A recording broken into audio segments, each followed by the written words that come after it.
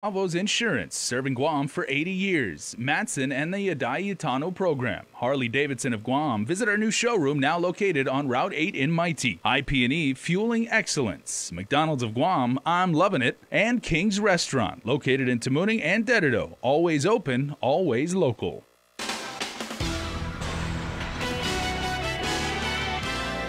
Ahead on primetime, federal employees on Guam are feeling the impacts as the partial government shutdown continues. Plus, the tuberculosis scare at a local high school forces health officials to take precautionary measures. This after one person tested positive for the disease. And back-to-back break-ins at a Jigo campus, vandals caused more damage to Simon Sanchez High and FBLG Middle School over the weekend. Half a day and good evening. Reality hits hard for hundreds of thousands of federal employees. This week marks the first that furloughed workers will not get a paycheck. The nationwide partial government shutdown is now the longest in history, also affecting many workers here. But one agency hit by the furloughs announced Monday that it will actually be able to offer additional access with the help of a generous donor. Nestor Lecanto reports. The National Park Service says it's received enough money from the nonprofit organization Pacific Historic Parks to continue one of its more popular services. War in the Pacific National Park Superintendent Barbara Alberti. They have made a generous donation to help us keep our visitor center open. The hours have been somewhat reduced, but at least this week we are back up to 7 days a week, and that means we will also be able to host our education program. We have about 100 students from Jose Rios Middle School who will be attending an Education on Wheels program in the park this week. National Park Service employees are among the estimated 800,000 impacted by the shutdown. Others on furlough include the TSA, FAA, and the Coast Guard. There are a lot of people who are anxious and worried about how they're going to make ends meet. Most people are just hoping that they'll be able to return to work as soon as possible.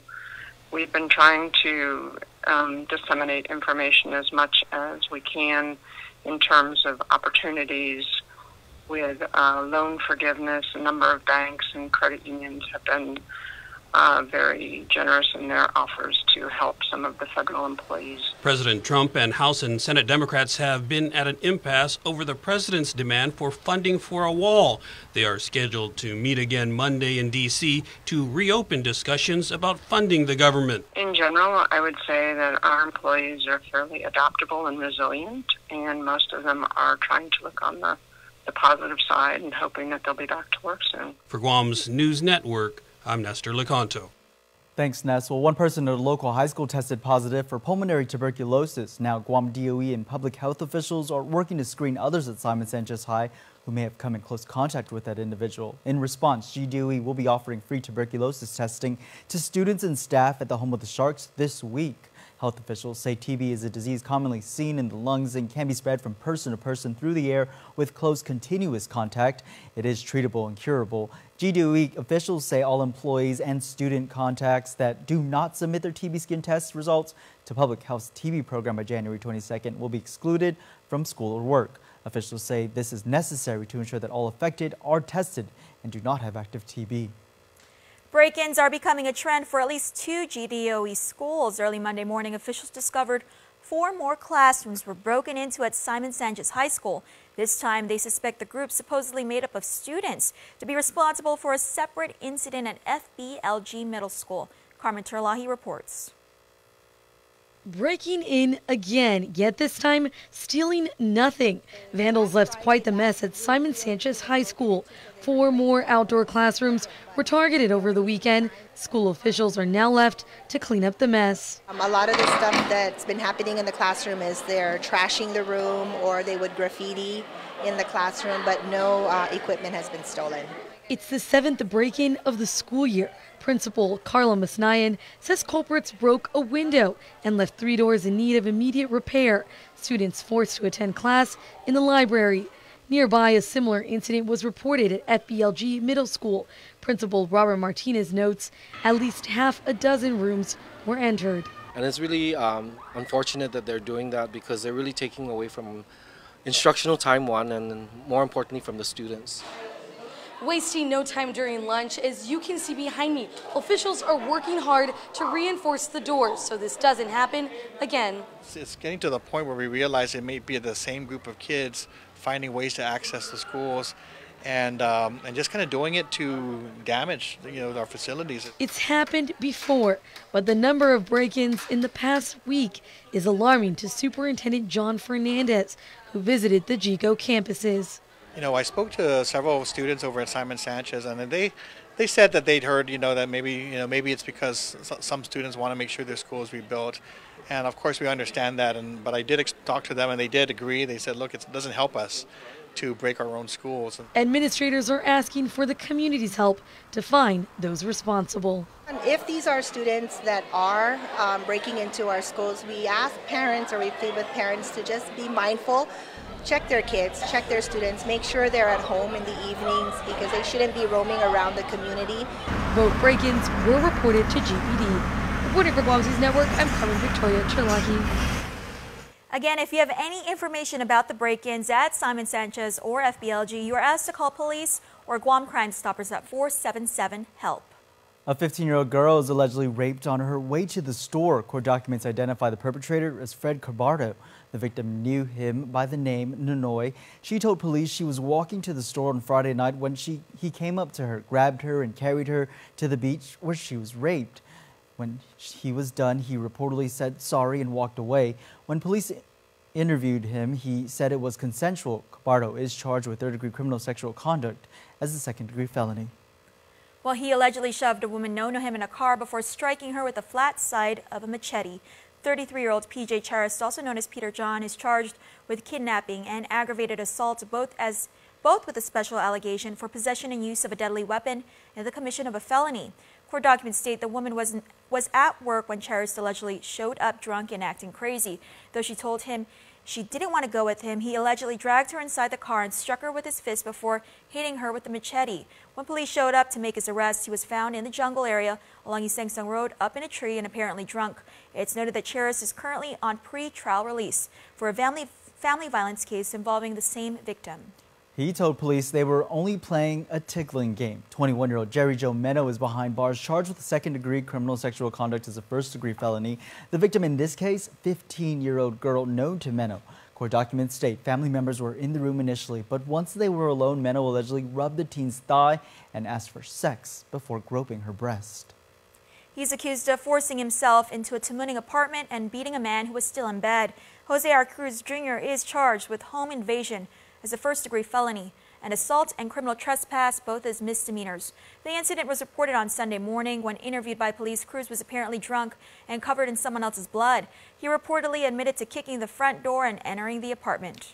A 33-year-old man is behind bars, charged with sexually abusing a girl known to him. M.K. Moni, also known as N.K. Moni, allegedly touched the girl's privates in her sleep several times in November. The victim in this case is 13. Though she tried to tell a family member, Moni reportedly found out and threatened to kick her out of the home. Moni is charged with 2 counts of second-degree CSC as a first-degree felony. The Holy See, State of the Vatican City, is a named defendant in the latest clergy sex abuse lawsuit. The Mark Mufnis Apron previously went public and filed a case against his uncle, former Archbishop Anthony Apron. He's now filed a separate lawsuit in the local court. Other named defendants include the Roman Catholic Archbishop of Agañez, the corporation's soul, Apron himself, and the Capuchin Franciscans. The filing states the Holy See failed to institute the recommendations of a 1985 report on clergy sex abuse entitled "The Problem of Sexual Molestation by Roman Catholic Clergy, Meeting the Problem in a Comprehensive and Responsible Manner." The report notes the circle of responsibility for child sex abuse extends to the Holy See and the Holy Father himself. As we reported, Mark Apron alleges he was a teen boy when he was raped by Apron in Apron's bathroom. He's suing for $5 million. Well, he was 91 years old. The life of Ben Gumatato is honored and remembered during a state funeral held over the weekend. The former PD mayor, Navy vet, passed away last month while in the Philippines. Dozens filled the session hall of the Guam Congress building Saturday to say their final goodbyes. But why hell? More than a decade of service to the village of PD and more. That's what many remember when they think back on the life of former PD mayor Ben Gumatato. Senator Amanda Shelton spoke about Gumatau's 12 years in office. Mayor Vicente Diaz Gumatato improved the village through the restoration of the PD basketball court, the renovation of the Pedro Santos Park, the cleanup of Marine Corps Drive, and the development of the Maso Reservoir for the village of PD.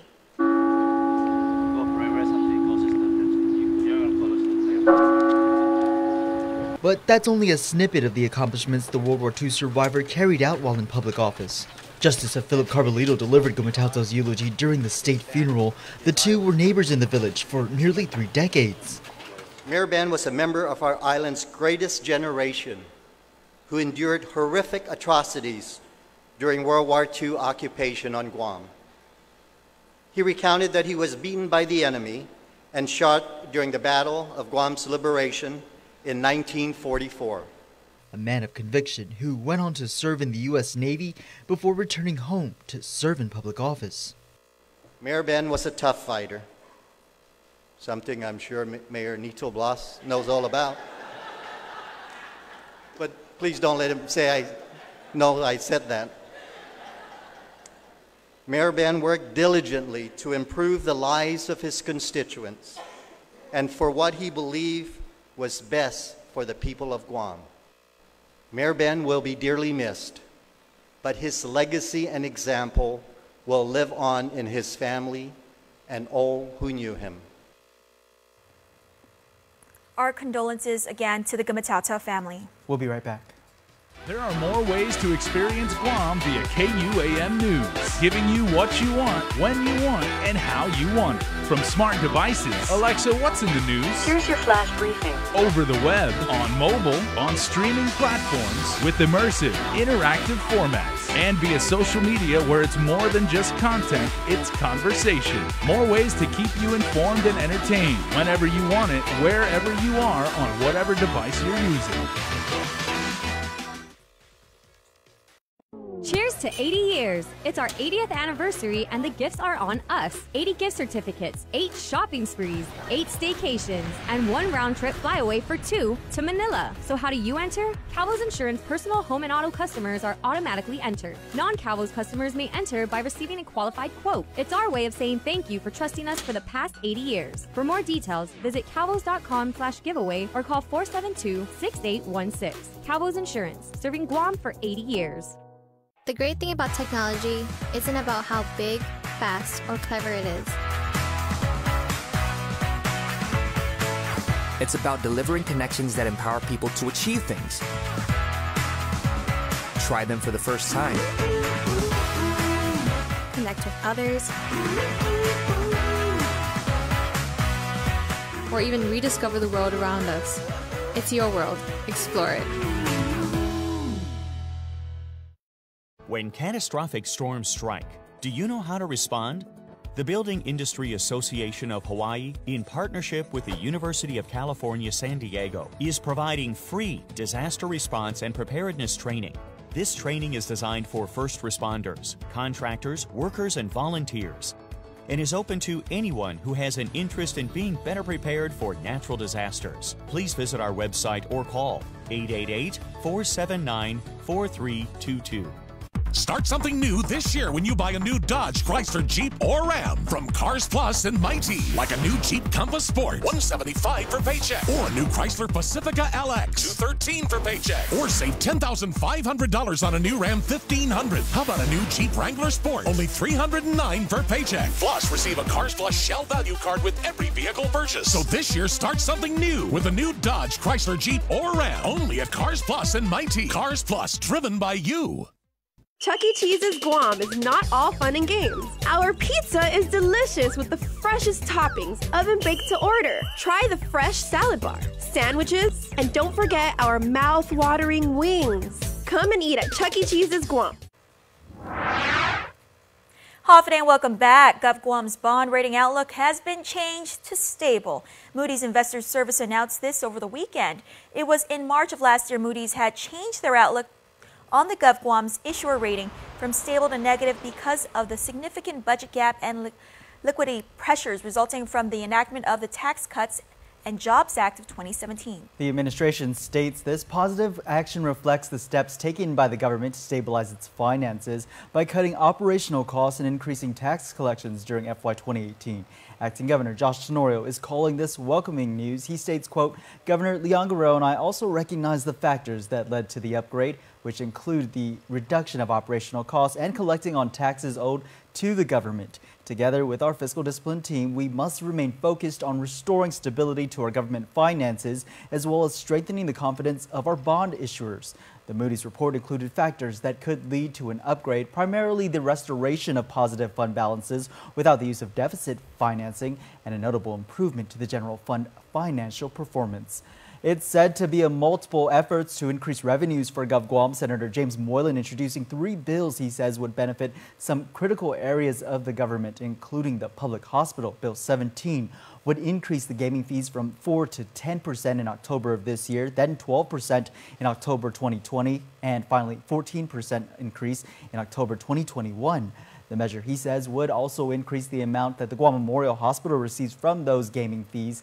It also proposes to allocate some money to the Territorial Highway Fund to assist in road repairs, money to the Guam Office of Veterans Affairs and Public Health to fund a transitional service for the homeless program.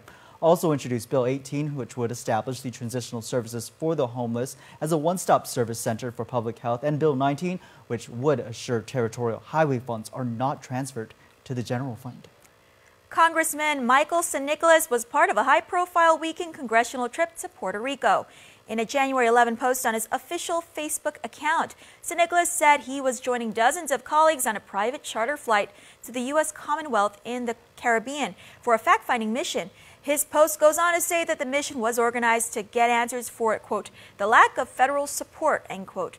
SN also posted a photo with Governor Ricardo Rosello of at the governor's palace. Puerto Rico is still recovering from Hurricane Maria, which devastated the island in September 2017. The trip was sponsored by Bold PAC, which, according to its website, is the fastest-growing Democratic Political Action Committee. Some 30 House and Senate Democrats reportedly traveled to the capital of San Juan for a winter retreat. The focus of the meetings is to raise awareness of infrastructure and economic challenges facing Puerto Rico. Also among the widely publicized events there this week is the first ever staging of Broadway's smash Hamilton. It's part of a producer-director Lin-Manuel Miranda's effort to raise money and awareness. Conservative media outlets were critical of the Democrats for making the trip during a government shutdown. Well, out of the office to attend the CNMI inauguration, Governor Leon Guerrero and Speaker Tunimunya Barnes are both off island up in Saipan.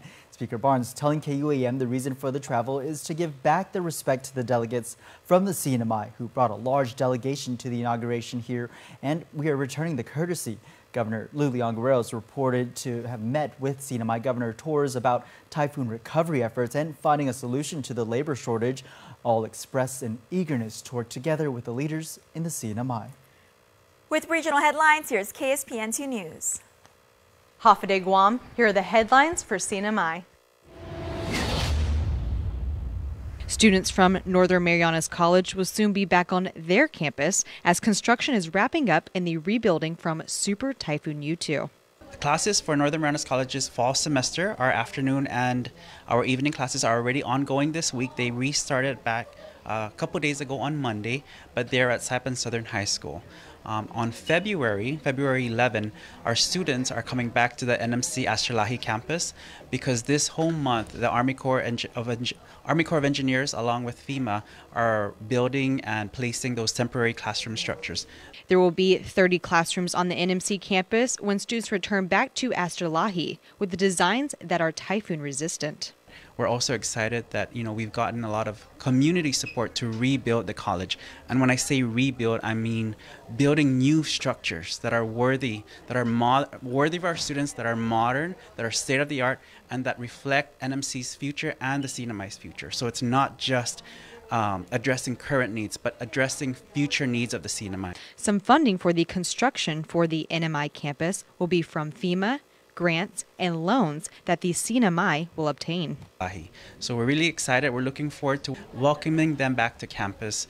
It's been so long. October was the storm, so it's been about 3 or 4 months since we've had them on campus. We've been engaging them. We've been meeting with them at Saipan Southern. We've deployed our counselors there, our staff. We've been having some events and activities for them at Saipan Southern, but we want to bring them home. For more news, visit saipantv.com. For KSPN2 News, I'm Ashley McDowell. Sports is next, but first, a look at your island weather.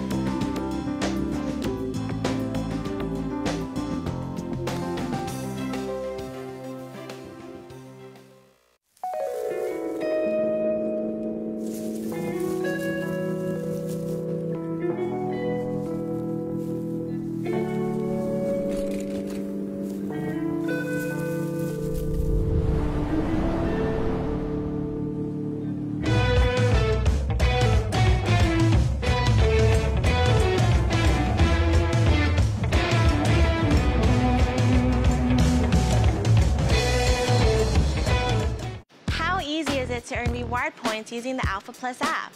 Here, let me show you. Simply register with the all-new Alpha Plus app and earn reward points while making purchases at your favorite stores you already shop at. Just present the app to any authorized representative to earn your points. Now that was easy. Alpha Plus, make every day a plus. Just wash it later, bro. Ask your mommy to do it for you since you still live at home. Yeah. I don't even know how to do my own laundry.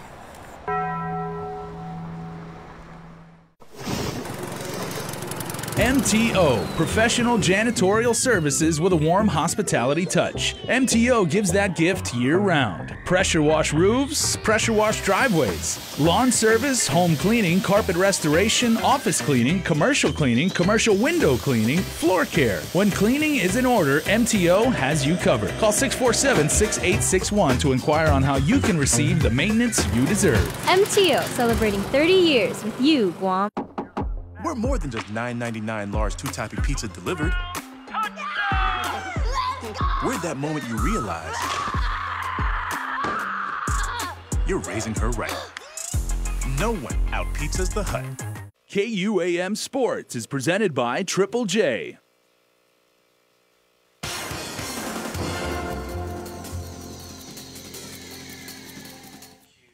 What's up, Guam? Dave Delgado here for KUAM Sports. Thanks for watching. On the way, footage from the Chargers and Patriots game. But first off, Jiu-Jitsu highlights from the Copa de Marianas from the FD Phoenix Center.